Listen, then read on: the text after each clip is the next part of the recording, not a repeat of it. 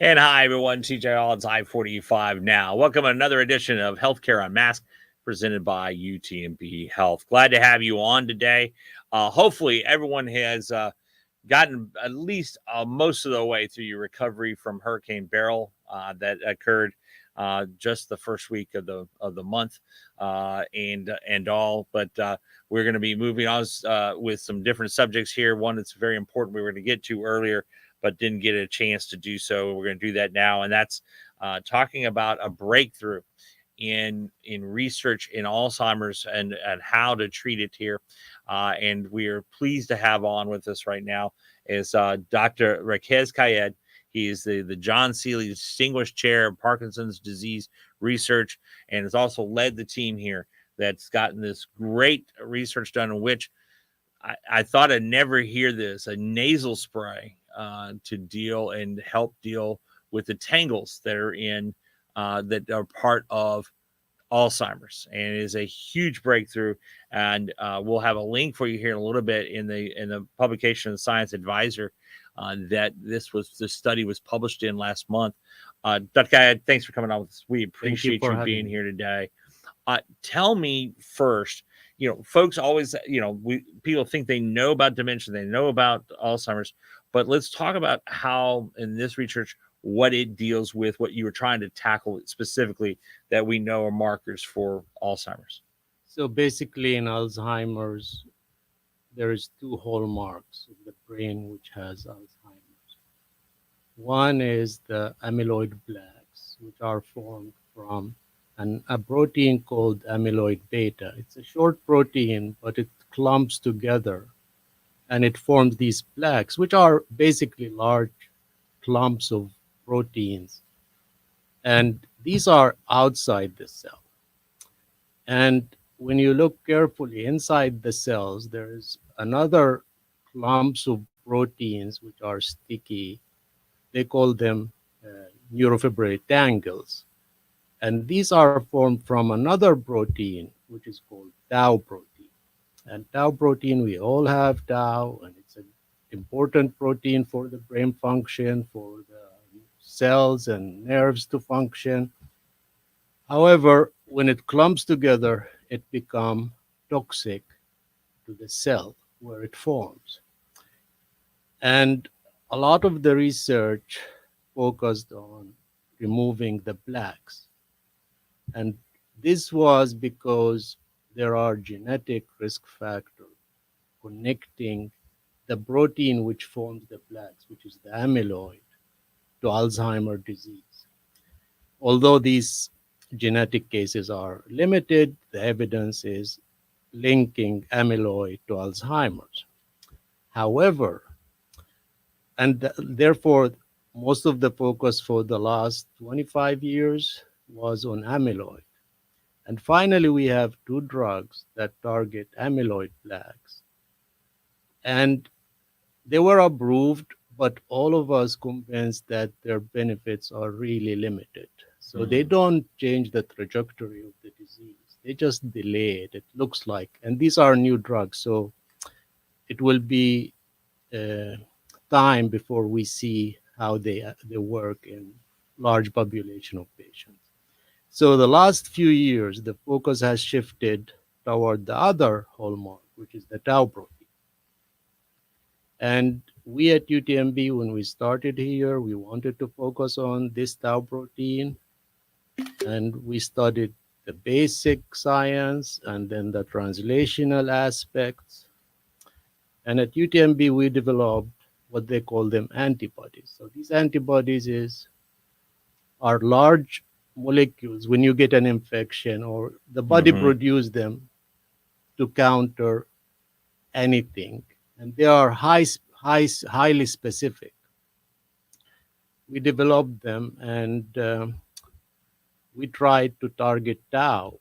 And the whole idea was that to target a small portion of tau which is outside the cell. And the reason for that is lately it become obvious that the disease starts in one region of the brain, or this pathology starts in one region of the brain, then it spreads to other regions. and it goes from one region to another. These clumps of sticky proteins, Mm-hmm. which are useless, they corrupt the other stuff, and this is how the disease progress from one area to another. So even you see the symptoms developing, more symptoms. And we worked on preventing this spreading. Then there were clinical trials using similar approach, and it turns out these antibodies or these reagents which try to prevent the spreading were not effective in the clinic. So we went back to the drawing board and we tried to revise an approach to target these aggregates which are inside the cells. And this is where the paper came from. And it was published, right at the 1st of July, right before the 4th of July, in there. And I remarked that because it was one of those things I was able to remark and say it was like the first sign of freedom from Alzheimer's for some folks from there, and so that folks can understand the difference and what amyloid is, and so that folks understand the difference between that and tau.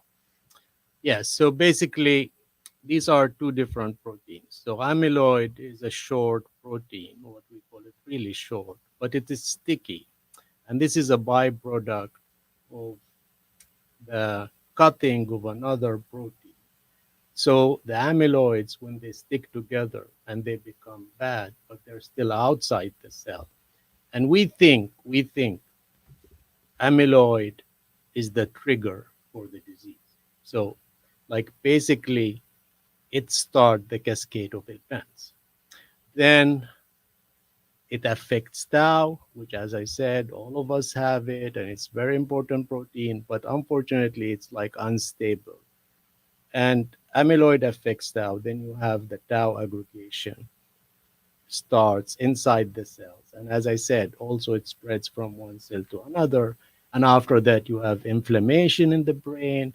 So basically, after the amyloid kickstart the disease, most likely it becomes independent of removing the amyloids, which the current drugs do. And it becomes dependent on this tau and inflammation. So it's really clear that one drug, especially amyloid drug, won't be effective for everybody. Right. And it won't change.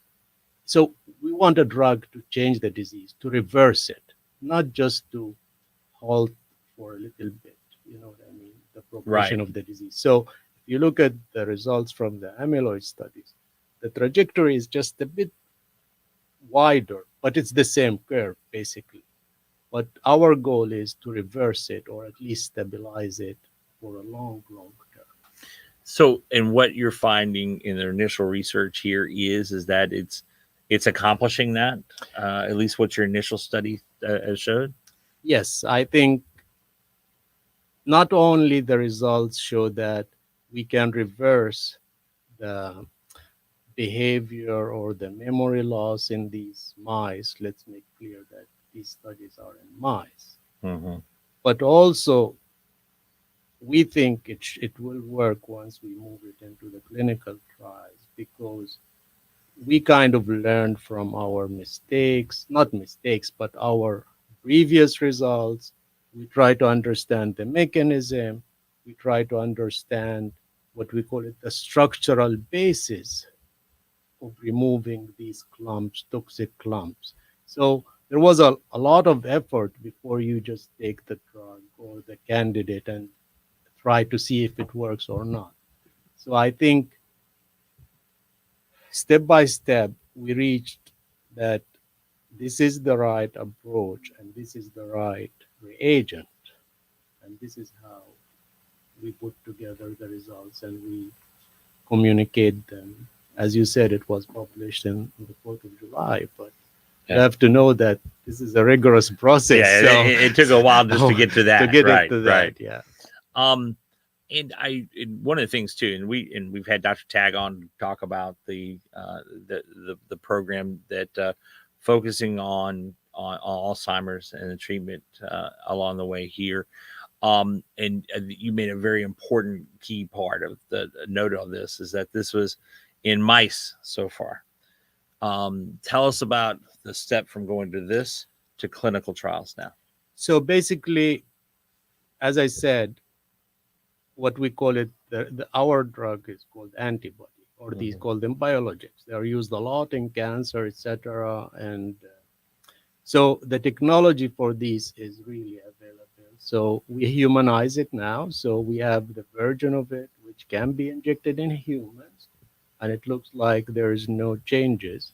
So the next step is to contract the company to produce it for clinical trials, and then hopefully with our colleagues in the clinics, we will try to move it into clinical trials. So I think the hard step we did, although it's in mice, but at least the solid scientific foundation for it to move forward is there. And the rest, because now the technologies for developing these kind of drugs for cancer, for a lot of diseases. So it's really easy to do it, and it's available, the technology, and it moves fast. Also, regardless what we think about the amyloid clinical trials and all this effort, there's a lot of benefits for the field, because now we know the patient's population, we know when to interfere, we know the stages of the disease. So a lot of the next step, if we move in the right way, it should be, I won't say easy, but it should be straightforward. And we should get an answer, hopefully, sooner than what people think when they hear it's still in mice. Right. If you're just joining us, we're talking about a breakthrough in treatment of Alzheimer's that's come out of UTMB Health. Dr. Raquez Kaid is on with us to talk about that. When we come back, he's going to explain to us how this nasal approach becomes more effective and why, and then we'll talk about next steps right after that. After these words from UTMB Health. There's nothing more important than quality health care for you and your family. That's why UTMB Health is in the communities where you live, providing easy access to innovative care. At UTMB, we know our patients need personalized care to lead healthy and fulfilling lives, providing everything from primary care and specialty care to urgent care and emergency medicine. UTMB knows healthcare. UTMB knows you.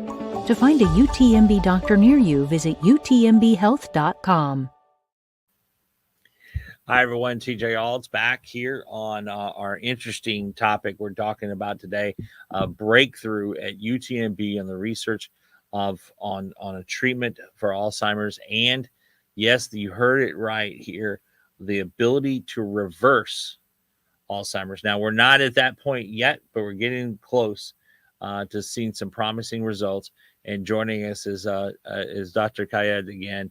And I wanted to ask you first, before we get into how this actually works, is, you talked about, hey, there was a lot before that study came out. How long have y'all been working on this process? Yeah, I've been working on targeting tau proteins since 2009. My lab's first paper from UTMB came out 2012. So it has been a while. And what's different for this study is that, as I said, we learned from what we did, what others did. And the bottleneck is to get much of this drug into the brain. Right. And then the second challenge is to get it inside the neuron or the nerve cells to clear these clumps. So originally, we were all administering these drugs intravenously, and the same for now for the approved drugs. So basically, the patient has to go to the hospital.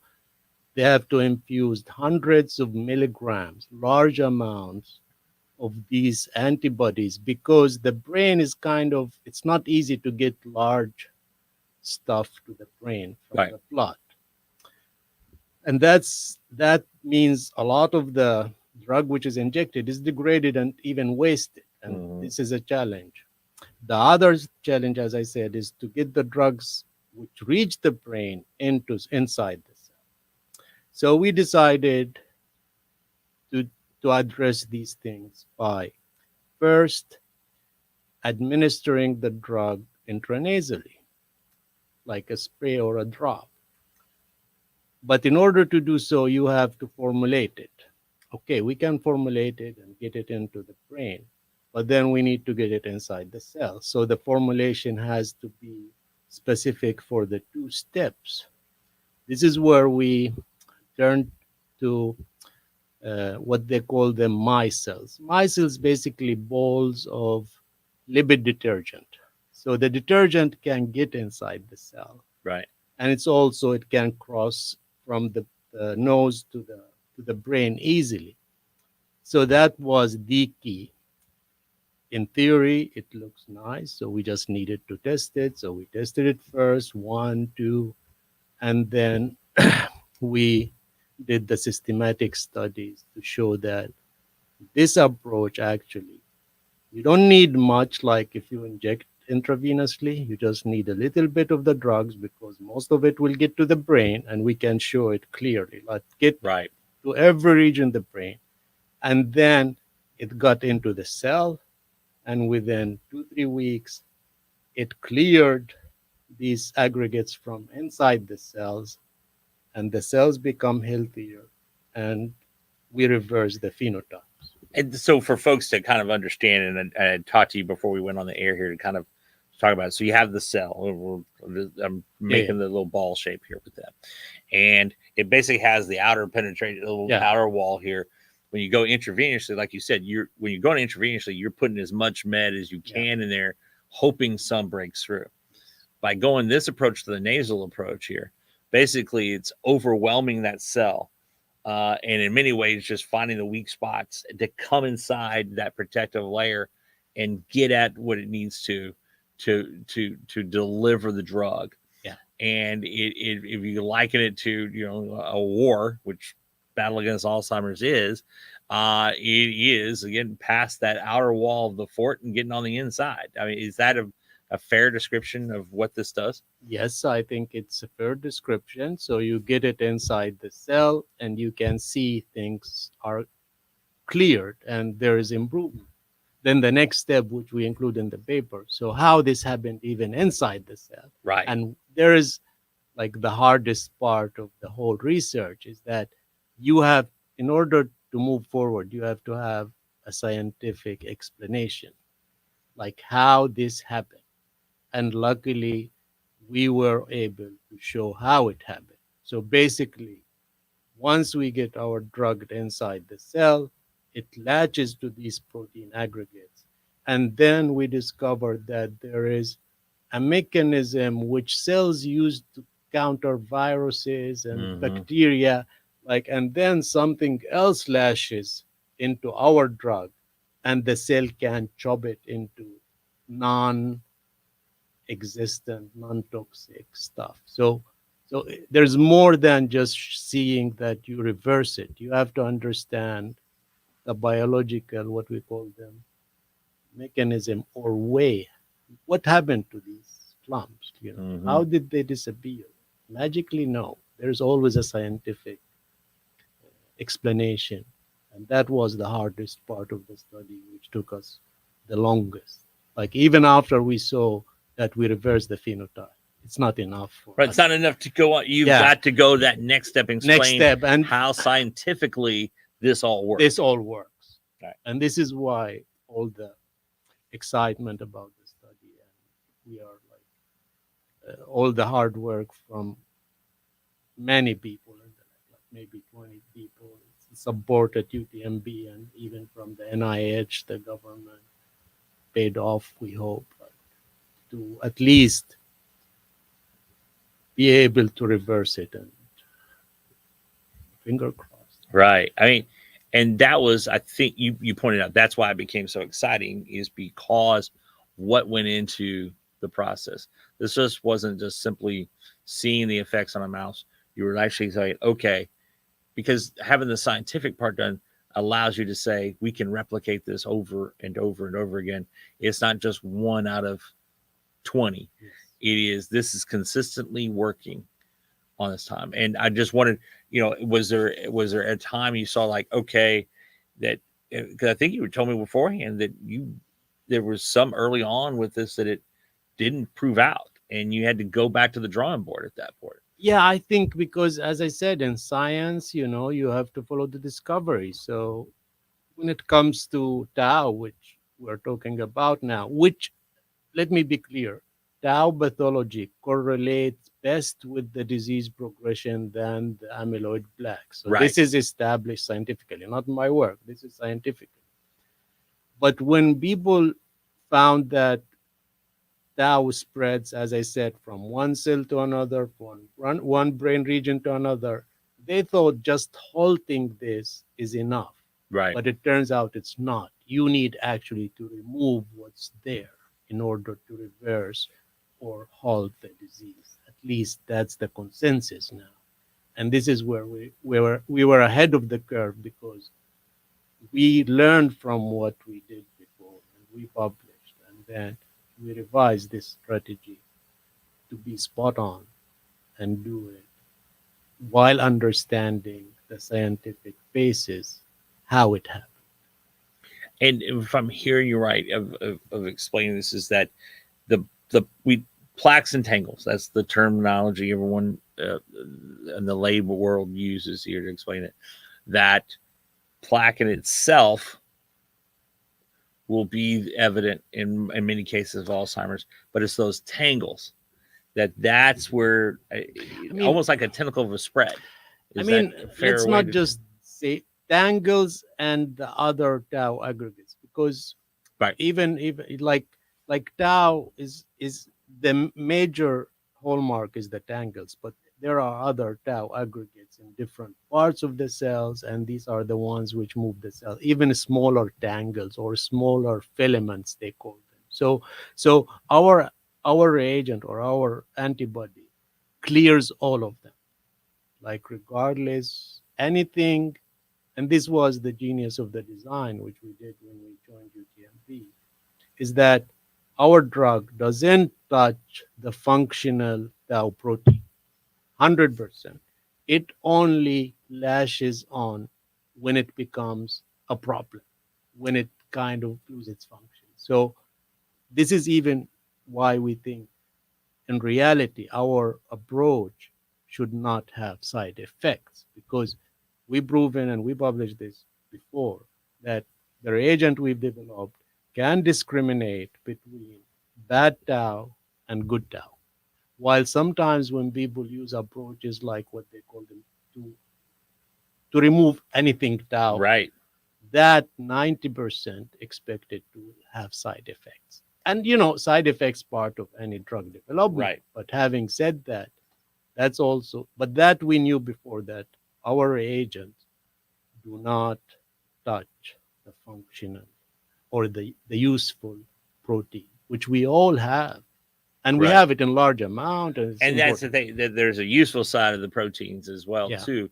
It is, and that in many ways, this is a targeted, it knows, not to put too much of a human trait on it, it knows what it's supposed to take out and what it's supposed to leave alone. Yes. Basically, you have a protein which is like this, and in order to its function, it goes into this shape. But when it goes wrong, it goes into this shape. So our reagent detects that and clears it. So it's amazing what you're hearing here, folks. And as we go on this, and when we come back, we're going to talk about what's next, because that's the big thing, is we get those clinical trials and what those steps are going to be, and how those clinical trials will work too, as well. And we'll be doing that after we hear these words from UTMB Health. UTMB knows when you're expecting, you may not know exactly what to expect. From that first embrace to all the milestones that follow, we know how important each stage of life is. That's why UTMB Health's obstetrics and gynecology physicians specialize in innovative women's health care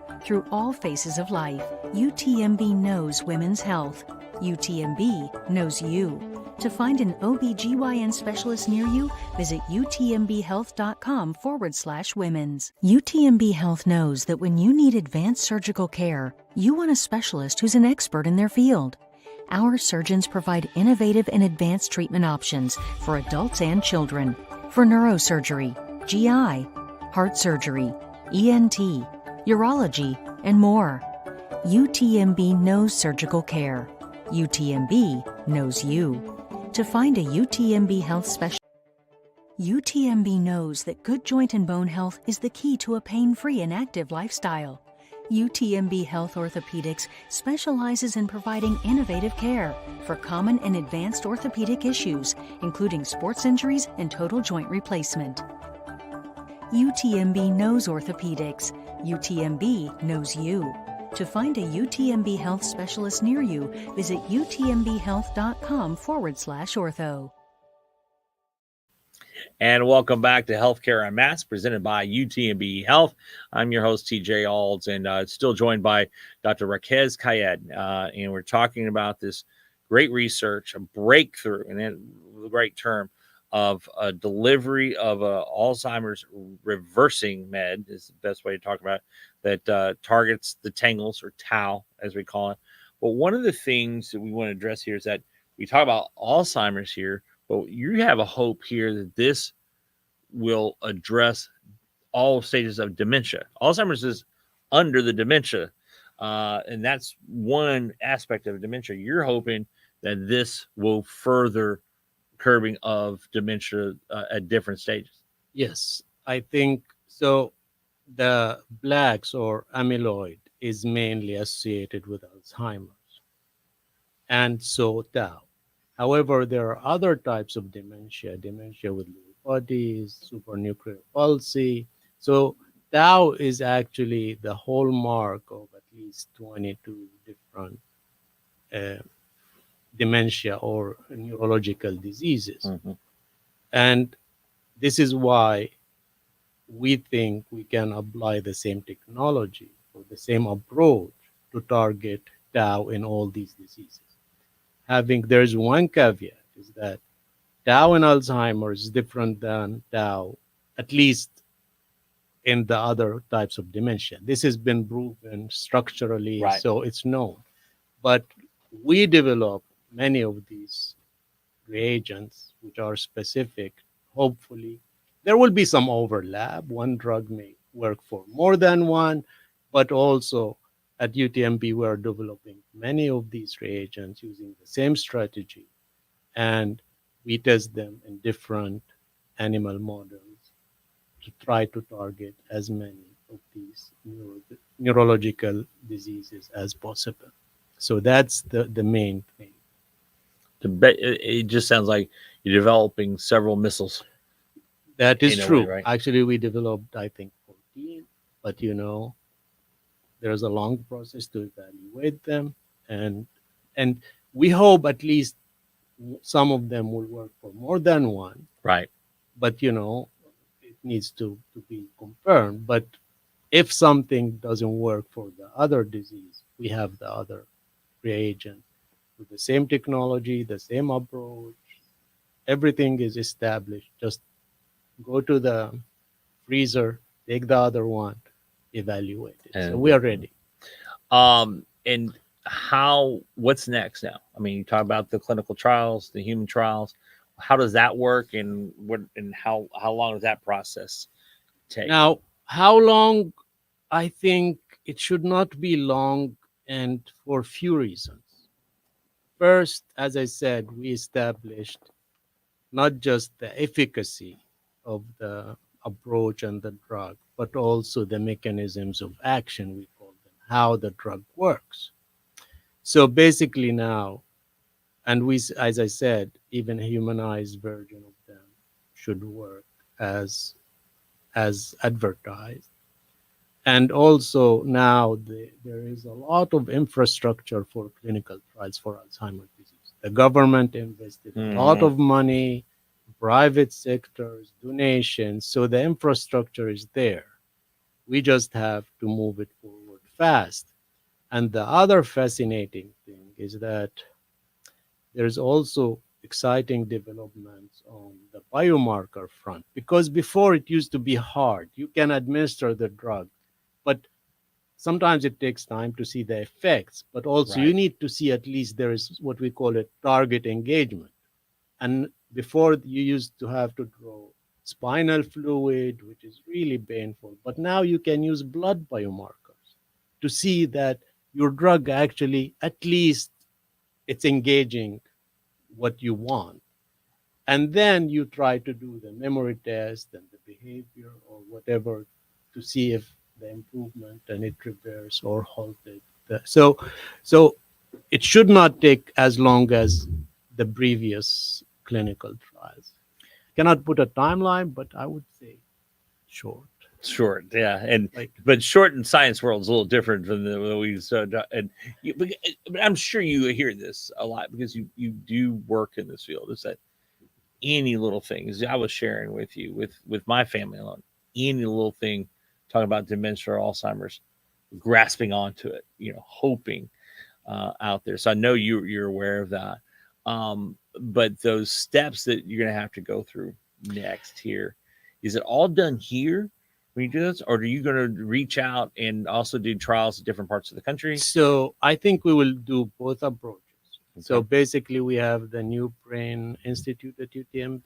We Right. have all the support at UTMB. So we're gonna try here, and also we're gonna try to reach the companies that had experience in these things to do it faster and to do it right from the first time.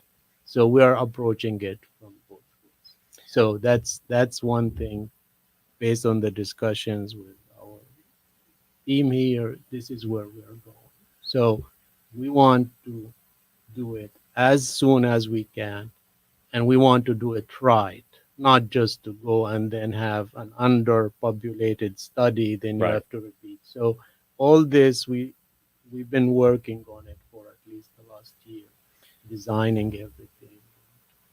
I wonder if you brought up something that the infrastructure for Alzheimer's and dementia is there now. That's really remarkable because for the longest time this was an outlier research. How long has it been that it's really that infrastructure was built where a lot of that is making this capable or probable? I don't know the exact date, but I think since 2017, when the Congress passed the Alzheimer legislation, and also the NIA, the government created the partnership with the private sector, Mm-hmm. a lot of big foundations came into. I would say the work was or started in 2017, and it become accessible to almost any scientist who discover a new idea to test it. So I think the big investment started in 2016, 2017, and continued. And I think it may continue because now it's really clear path how to test. Even as I said, ours we really did a good job establishing the scientific rationale and the mechanism and how it works. But even if somebody has a drug which is not 100% sure, it can be tested because Mm-hmm. the infrastructure, as I said, is really good right now. And also the development in biomarkers, as I said, blood biomarker is a big thing I was for about this to say field. that's a big step That's to a help big with this, step, is it and not? it's not one. There are multiple. Right. So that's also key. But also what they call them imaging reagents. So basically, now in life humans, you can see if these tangles or these plaques are gone. You can go to the radiologist and get injected, and then you see if you have them or not, and if they are gone or not. So I think compared to the previous year, I think it's pretty amazing how much infrastructure and knowledge now we have, and also so many centers. So for a clinical trial, it has to be multi-center. But Right. I think UTMB, we want to be one center because this is our work started for a long, long time. So Right. we are not just gonna give it out. We want to You be want to part be able to of hold it. on to it. We Right. want to help our community too. It's Yeah. part of the mission. Well, and particularly too, although as we learned during COVID, you can make it a multi-place because you do one on the island and one up in Lake City and Clear Lake too. As we know with the COVID vaccines, where we're able to do clinical trials on each of those. I have to ask you this because you have a smile on your face. So this is ours. How proud of I mean, you came here 2007, December 2007, 2007. and Then I you were came. already working on this. No, actually, in my previous position at University of California, I was on the black side, on the amyloid side. On the So I amyloid started side. my career, and then when at that time, before I got the position here, I start to see that we are targeting the wrong target. So Mhm. I told my former mentor, God bless him, that I'm gonna leave all the black works for you. I'm gonna start on the other part, and I started my lab working on tau. So I started. So it was a perfect thing to do. Yeah. Looking in hindsight, it wasn't easy because at that Well, at time, that time in 2006, I mean, the amyloid was the dominant one, yeah, so that it was a every- big risk. Yeah, But as I said, I cannot thank UTMB enough because of the support. They took a risk. I think Yeah. if you ask, people will say we took a risk. Yeah. We stuck with it, and here we are. I have to ask you this part though: is that at what point did you and your fellow researchers all kind of look around each in the room and realize we got it? Was there like a moment that I don't want to say champagne popped or anything, but was there a moment y'all all kind of collectively said, No. this is no longer a theory or we think it could go here, this we've proven it?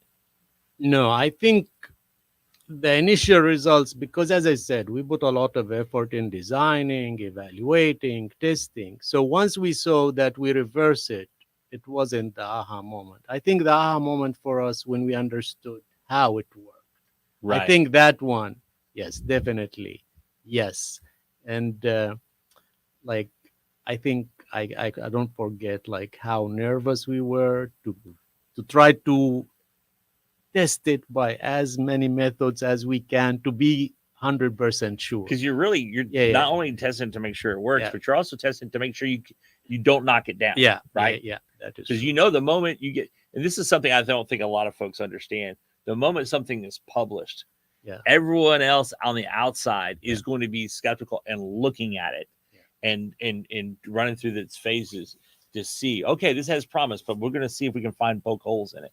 But that's part of the process. That is an important part of the process. A lot of folks, they don't realize when something gets published, that's why it's such a big deal. This is not like me publishing an article in the newspaper, right? It's a whole different thing. This is actually part of the research process that's important. And when you get published, you're confident enough, but you still want everyone to kind of look at it and say, what did you do here? What did you hear? So it reinforces your scientific method. Yes, you can find the publication 5 pages, but then there's another file to support everything, maybe 20 pages. And I think this is when we said we got it, because we understand, we saw the effects, the positive effects, but also we understood how it's working. So I think that moment, I don't forget it. We were in the room and we saw the data. Yes, we got it. We are like happy, but at the same time, is there's anything else we can do to prove it? So nobody come back and say maybe. Right. So that's why. But that's the scientific mind, which I love. And you've been working on this for so long, but I'm sure you want to recognize some of your team members as well too. Yeah, I think the postdoc who works on it, Sagar, is part of like he did a lot of the work. But in my lab and at the Mitchell Center, led by Dr. Tagliatella, like we work like a family. So it's like the whole floor is one unit. We ask for each other, we help each other. So I think I would like to thank all the members, the faculty in the Mitchell Center. I would like to acknowledge previous students and mentees who now they have their own labs, some of them in other universities. So basically, and I have to be honest, once I moved here, I felt like there's the support and also there's the collaboration. So it's really, I don't want to go through names because it would be not fair, but That's definitely not just my work. This is a team effort. I would say maybe 50 people Yeah. contributed, and also like maybe people who behind the scene, people who assist you to do this and deal with small administrative things, Yeah, but etc. still, So it all it's comes in. If you don't have that taken care yeah, of, it takes yeah, someone's attention away yeah, from yeah, where yeah. they need to be working to. Yeah, that is true. But as I said, from day one, we received the support, and they believed in us, and hopefully we delivered a lot. But we delivered hopefully a potential drug. I think that's the key. This is the most rewarding. The other part of it is that the NIH grant, and how big of a funding mechanism was that for y'all? 'Cause y'all had some funding mechanisms not only from the NIH, the Alzheimer's Association, Yes. also as well. Yeah. There was a pilot grant from Claude Pepper, I think, Yeah. as well. Yeah, I think this project also, I mean, we started by foundation grants and UTMB funds, philanthropy funds, till we prove that we are doing the right thing. Then we got big NIH support. Since 2016, we are receiving a lot of support because, as I said, at that time it was still, people were not sure if you are going to target Tau is the right approach, but now it's a reality. So yeah, I think I don't forget like my first foundation funding, Alzheimer's Association or the Alzheimer Drug Discovery Foundation. They gave us a little bit of money, but it laid the ground for the bigger one. Mm-hmm. As I said, in science, it's not just a eureka moment. It was a systematic approach, a systematic with flexibility. You cannot just be stubborn, say, this is my idea. You have to Right. look around, learn, and then adjust. Several little eureka moments along the way. Along the way. To get through that. Exciting stuff. It really is. And I'm looking forward when we have you on here and you're telling us about how successful the clinical trials went. I hope it's not me. I hope the clinician will show you the Yeah, data, not do that, me, right? because I'm not going to. We're going to bring the whole team in. Yeah, here. yeah. All 50 of y'all Yeah, in here I at will some be in point. the background, but That's it. hopefully Hey, at that's one fine. point the I mean, that's clinician- fine too. I mean, right now you're the one getting the media time on that, but I appreciate you recognizing the entire team. 100%. That is important because nothing like this happens with one person at all. And as I said, I could not wish for a better team to work with, a better center, a better university. It was really a privilege. I think I think better days still ahead. So yeah, very excited. And I say this every single time we talk about a research piece on here that's made and moves. The research aspect at UTMB Health is the gym that I think a lot of people don't realize exists right here in our own backyard, in our community. That's why we try to highlight that as much as we can on this show. Maybe we are small in numbers, but we are mighty when it comes to really good science. Yeah. So that's for sure. There are bigger places, but we are mighty when it comes to delivering. Yeah, see right there. There's the new brand name for what we're going to call it. We are mighty. We are small. We are mighty. UTMB Health. Yes, we are. Dr. K, thanks for coming on with us. Thank we you very appreciate much. you Thank coming you. out Thank here. you. So I appreciate your time today, and thank you all for watching today. For those watching live, stay tuned because this will be available in a recorded version right after we're wrapped up here. And again, hopefully everyone got through Hurricane Beryl okay. And can watch on 45 now for our continuing coverage on that. And last week, by the way, Dr. Resto and Dr. Sharma joining us, tell us about all the UTMB facilities that reopened last week, and they're all up and running. A bit of an issue in the Angleton area still, but they're getting that fixed and up and running again. So thanks everyone for watching, and we appreciate you. I'm CJ Alds. This has been Healthcare Unmasked, presented by UTMB Health. There's nothing more important than quality health care for you and your family. That's why UTMB Health is in the communities where you live, providing easy access to innovative care. At UTMB, we know our patients need personalized care to lead healthy and fulfilling lives, providing everything from primary care and specialty care to urgent care and emergency medicine. UTMB knows healthcare. UTMB knows you. To find it.